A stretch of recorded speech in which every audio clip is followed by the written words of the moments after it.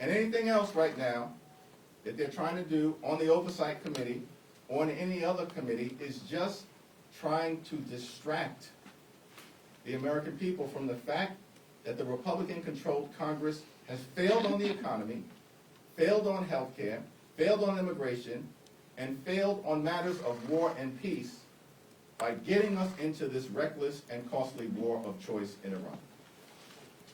Thanks, Leader Jeffries. Just to follow up on Manu's question, is reversing the Bill Pulte appointment a requirement to get your support for a FISA extension?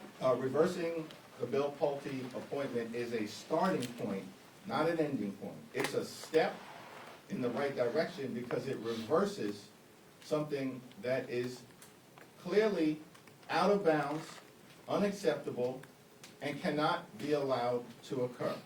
That's not just the House Democratic Caucus position. The Senate Majority Leader, John Thune, has said that Bill Pulte is not qualified to be the acting director of national intelligence. But is there any scenario where you would support an extension if Bill Pulte were still the acting DNI? No.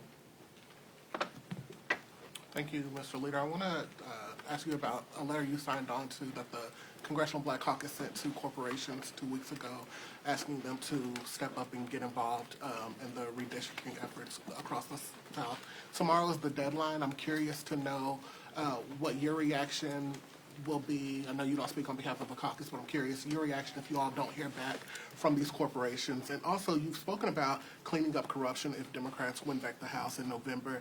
Do corporations fit into this conversation around corruption, around the moves that they have or haven't made with regard to diversity, equity, inclusion? Just can you talk about kind of where you all will fit corporations into the conversation in November and beyond if you all win back the House? Well, we'll have a responsibility in the majority to both serve as a check and balance on an out-of-control executive branch.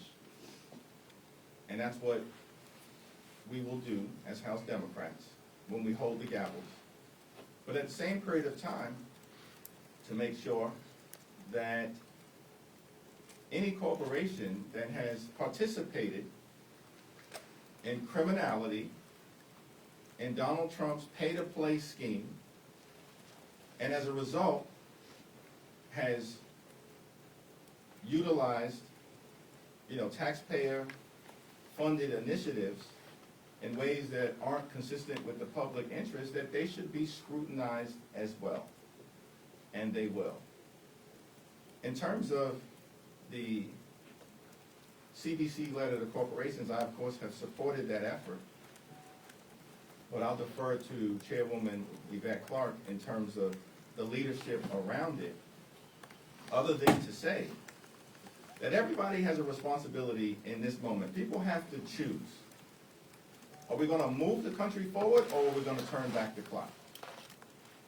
Do we want to further build and sustain a multiracial democracy in America as we celebrate our 250th birthday? Or are we trying to go back to the Jim Crow era? And we believe that in this moment, silence is complicity. And those who are choosing to bury their heads in the sand, we are taking notice of what is occurring. And those folks will have a lot of questions that will need to be answered.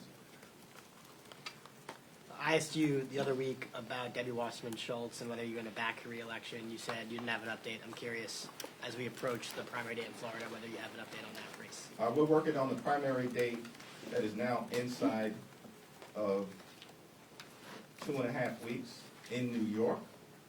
And obviously there are some very competitive primaries, some of which I've gotten involved in.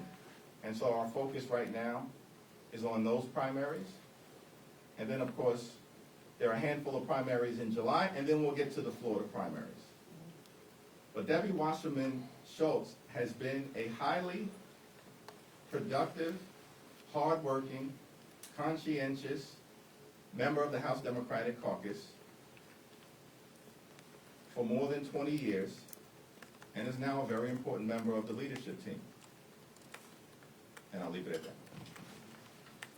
As Democrats consider their governing agenda, can you provide an update on what a potential H.R. 1 would look like? And what personally are your priorities to include in the first bill of a Democratic majority? We're in the midst of having that conversation right now as a caucus, and we look forward to leaning in to those discussions. And it's going to be maximum engagement as it relates to ensuring that every part of the caucus has input on the governing agenda. But it is going to focus on affordability. We believe, every single one of us, that the cost of living in this country is far too high. And that we need to make life more affordable for hardworking American taxpayers, for working class folks, for middle class folks, and for everyone who aspires to be part of the middle class.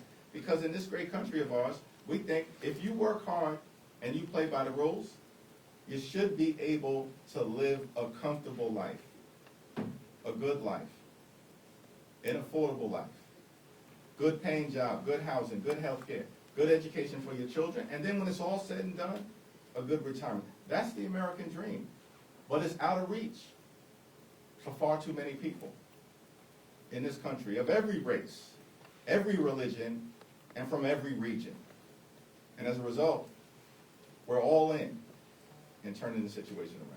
So to be clear on H.R. 1, your expectation is that it would be focused on affordability? We're having that conversation right now, but I think it's fair to say that when we look at the legislation that we're going to lean into, including but not limited to H.R. 1, it will be hyper-focused on driving down the high cost of living and, of course, fixing our broken healthcare system as a part of that.